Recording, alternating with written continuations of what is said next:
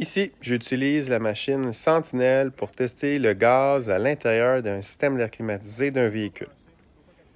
Pour l'utiliser, il faut brancher la machine à la batterie du véhicule, une alimentation 12 volts, et ensuite la calibrer. Comme vous avez pu voir, j'ai appuyé sur un bouton de droite qui sert à calibrer la machine.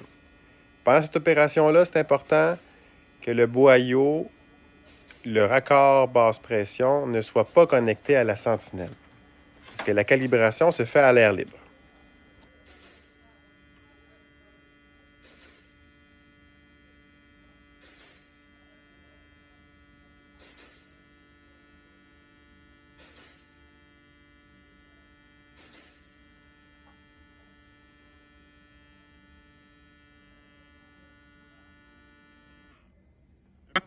La calibration est terminée. Je peux maintenant brancher le boyau qui va me servir à connecter la machine au véhicule.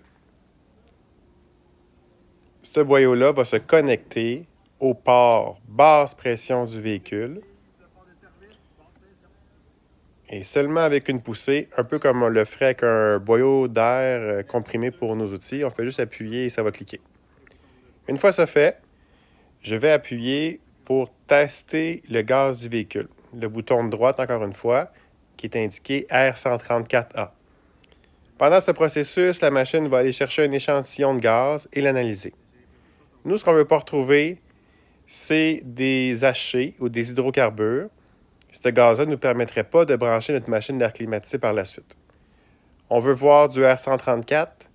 C'est pas grave s'il y a de l'air dedans.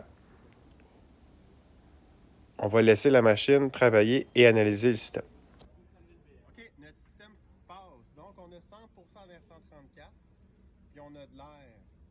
Fait que l'air, ce que ça indique, c'est qu'on a un système qui est vide. Ce qu'on veut pas voir, c'est des hydrocarbures, des HC. Ça indiquerait qu'il y aurait du propane. Fait qu'on peut brancher notre machine sur le gaz. Ça veut dire qu'il n'y a pas quelqu'un qui a mis du calisintère dedans.